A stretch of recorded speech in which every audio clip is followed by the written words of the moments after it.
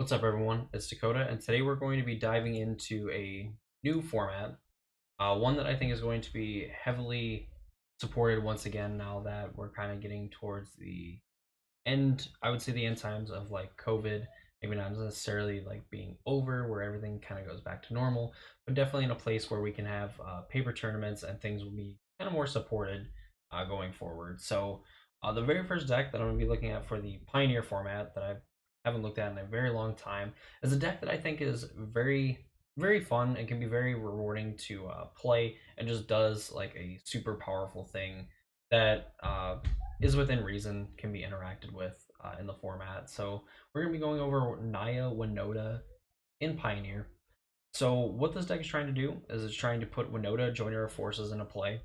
It's a 4 mana 4/4, which says whenever a non-human creature you control attacks, you look at the top 6 cards of your library. You can put a human creature card from among them onto the battlefield tapped and attacking. It gains indestructible until end of turn. You put the rest of the cards at the bottom of your library in a random order. So this deck kind of uses it in two ways, and like you can tell by the creatures, like the lower end is just trying to put Winota like into play relatively quickly, getting to play cards like Elvish Mystic, Gilded Goose, Land of War Elves, and even like Prosperous Innkeeper at 2 mana. All of these produce mana in some way, where Elvish Mystic, Land of War Elf themselves tap to add a green mana to your mana pool. Gilded Goose can sacrifice a food to add mana of any color, and Prosperous Innkeeper makes a token. It can also gain you life when another creature comes into play, which in certain matchups that can be relevant to just gaining a couple points of life.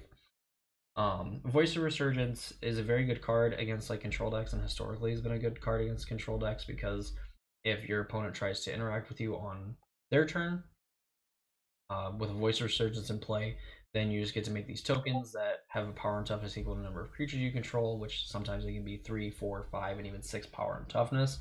And if they were off the board, then you just get to leave a 1/1 Voice of Resurgence token behind that will get bigger with more creatures and stuff that you play. So, very good. And of note, none of these cards have the human creature type in them, which meets the requirements for Winota. For all of these getting to trigger getting Winota. So essentially, you could have turns where like you have an Elvish Mystic in play on like turn 1, and then you could play like Innkeeper and maybe like a Gilded Goose or something like that on turn 2, which means that you now have enough mana set up to where you can cast a Winota on turn 3 with 1, 2, 3 creatures in play, which leads to like 18 cards total. Obviously not all at once, but 3 separate like look at 6 cards, put a thing into play. So, obviously, Winota specifies humans need to be put into play. So, what humans exactly are we putting into play? So, Brutal Cathar being the first one we'll stop at. It says whenever it enters the battlefield or transforms into Brutal Cathar, you exile target creature and opponent controls until it leaves the battlefield. Now, to note, when it goes from Daybound or Night, or when it goes to Nightbound, rather, Brutal Cathar doesn't leave the battlefield. It just transforms into Moonrage Brute, which means the cards exiled with Brutal Cathar stay on it until the card itself just leaves the battlefield. So obviously, if your opponent kills Moonrage Brute or kills Brutal Cathar, whatever, then yes, those creatures will come back. But if you're able to have Brutal Cathar enter play just after you attack with all of your guys, and then like exile maybe your opponent's only blocker, they can help you get in for a ton of damage. And obviously, the other side of it is very good just because the 3/3 first striker is very hard to beat in combat. I mean, obviously, especially if it's indestructible, but even after that point, just very hard to deal with. Obviously, also having ward of paying 3 life to get rid of it is also pretty big and get in for chunks of damage if your opponent has to pay multiple points of life to deal with it essentially. And obviously, being an aggro deck, they don't have much life to play with, so that's a pretty big cost as well. Uh, Blade Historian, a one of in the deck, along with Kenrith the Returned King. I think Blade Historian probably being the most unique one because it says attacking creatures you control have double strike. So you could put Blade Historian into play, attacking with a bunch of creatures, and all those creatures are going to have double strike seemingly out of nowhere. You know, your opponent could go from thinking like, oh, well, this is an attack for like 2 or 3 to just dying.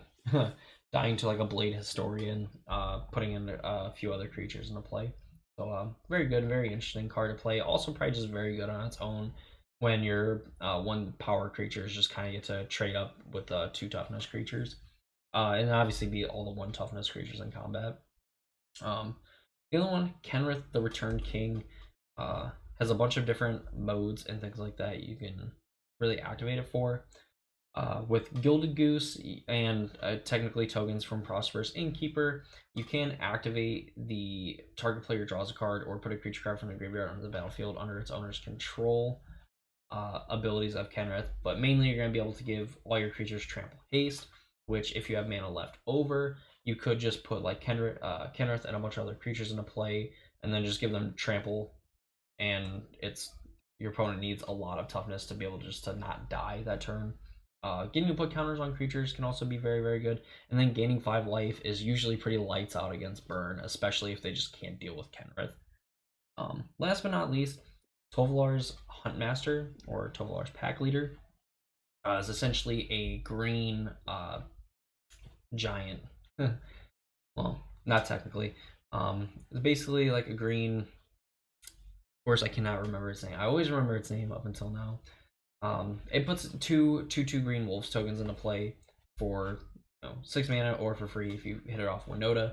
And when it goes to its other side, whenever it enters the battlefield or attacks, you create 2/2/2s, and then you another target wolf or werewolf you control fights target creature you don't control. So you can take like one of your wolves and it can act as like removal. Um, Eldritch Evolution being a one of in this deck for a few reasons. Eldritch Evolution can just trade a Prosperous Innkeeper or a Voice of Resurgence and turn it into a Winota, or even like turning cards like Blade Historian if you have it, or your other Winotas into Tolvar's Huntmaster. Uh, Obviously, if you have like multiple Winotas, like Eldritch Evolutioning it into Tolvar's like Huntmaster is totally fine. Especially like if you're able to have Tolvar's Pack Leader flip into its other side because these will snowball very, very quick. Obviously, the front side of it won't trigger Winota if it's Winota's in play, but the Wolves will, which obviously gives you two different looks of 6 cards to put more humans into play. You can put more Tovolars, put it, help you find like Blade Historian, which can obviously close out a game really quick when you're attacking with an army of 2/2 double strikers. Um, the last and technically like I'd say this like is a creature, but it's not really a creature. Isuka's Chariot. Whenever enters, you create 2 cats or two cats, and then when it attacks, you create a token that is a copy of target token you control. Which, from just a quick glance over the deck, like the best token to copy would be like Voice of Resurgence. I believe it just says copy a token, so you could copy food tokens or treasure tokens that Prosperous Innkeeper makes, and then obviously the cats that Chariot makes or the wolves that Tovolar makes. Um, but yeah, like obviously the best one would be just Voice of Resurgence tokens, just getting to make copy them like 1, 2, 3, 4 times. Eventually, just like the tokens are so huge that they just demand answers, and your opponent has to chump with like 3 or 4 creatures a turn, which is not sustainable for I'd say like 99% of the decks through like Magic's history and things like that.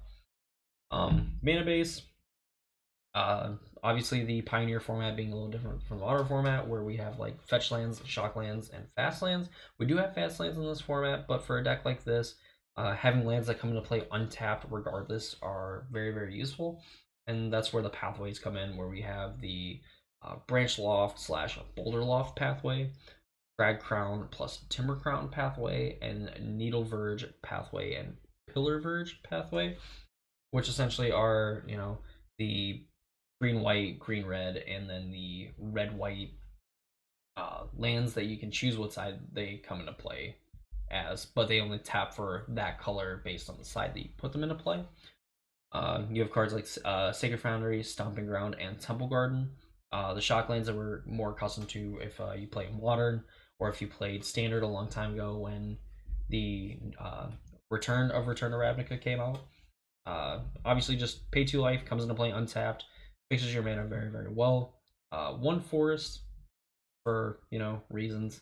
You really, really need like force for this deck because a lot of the things you want to play early do want you to have another green source.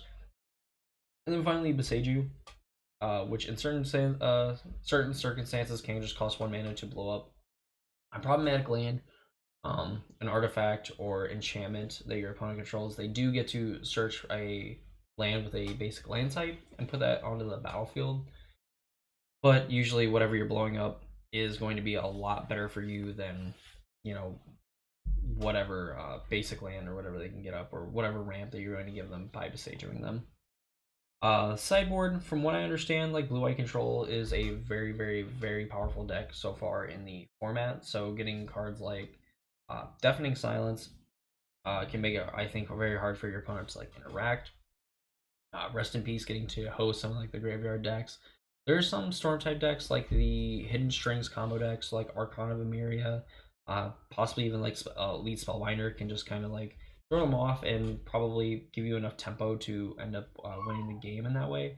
Skyclave Apparition for some of the other like creature decks that can beat some of your creatures in combat and just make it really hard for them to beat it. Plus, getting to look for this when you're spinning with like Winota and honestly hitting it, or no, you can't hit it with Winota. You can trigger it with Winota because Winota is a weird card.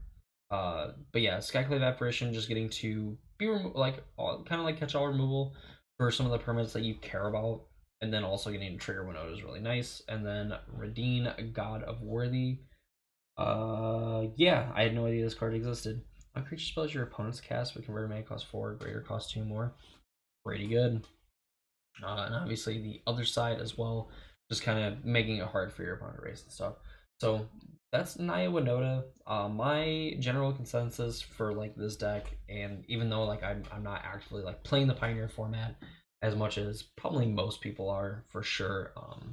The reason why I kind of want to like go over this deck and this be the first one that I go over is that one, like I stated earlier in the video, I think Pioneer is going to be a format that is going to receive more support, not only from the community, but Wizards of the Coast as well, as we get the return of like Pro Tours and competitive Magic, at least from the side of WotC, and then some of these other like smaller like groups of stores, you know, obviously that are not SCG or Channel Fireball, just coming and making their own kind of like circuits.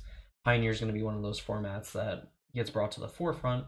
Possibly Standard getting brought back too, since Standard is going to mean more of something than just playing on a ladder and possibly winning money on the arena client. Pioneer is just going to be, I believe, a as heavily supported as it was before COVID. And I think Naya Winota is definitely a deck that is equal parts competitive and also just very fun if you're a person that just wants to do something pretty powerful but not like super broken. I think it's super broken like obviously when it goes off, and I think a lot of decks can be like feel broken like when they go off, but I feel like even with this deck, you know, you can do some pretty busted things if you're only getting 1 or 2 triggers with Winota, but you can get upwards of like 3 or 4 like in one Winota swing, and that can just like end the game on its own. So yeah, definitely a deck worth checking out, worth playing if you're interested in building a deck for Pioneer, and definitely learning the format as well, because like the format was really sweet. You know, I guess up until now, you know, where people consider it like a dead format, I think it's still a very, very good format, and I think with control being like one of the better archetypes in the format, you know, it's good to kind of keep some of the more degeneracy like in check. But that's gonna do it for me in this video. I hope you guys enjoyed. If you did, please subscribe if you want to have more Pioneer decks along with more modern deck techs and just kind of some more like theory crafting and all that stuff for like modern and Pioneer as well. That's gonna do it for me in this video. I hope you guys enjoyed, and I'll see you all in the next one.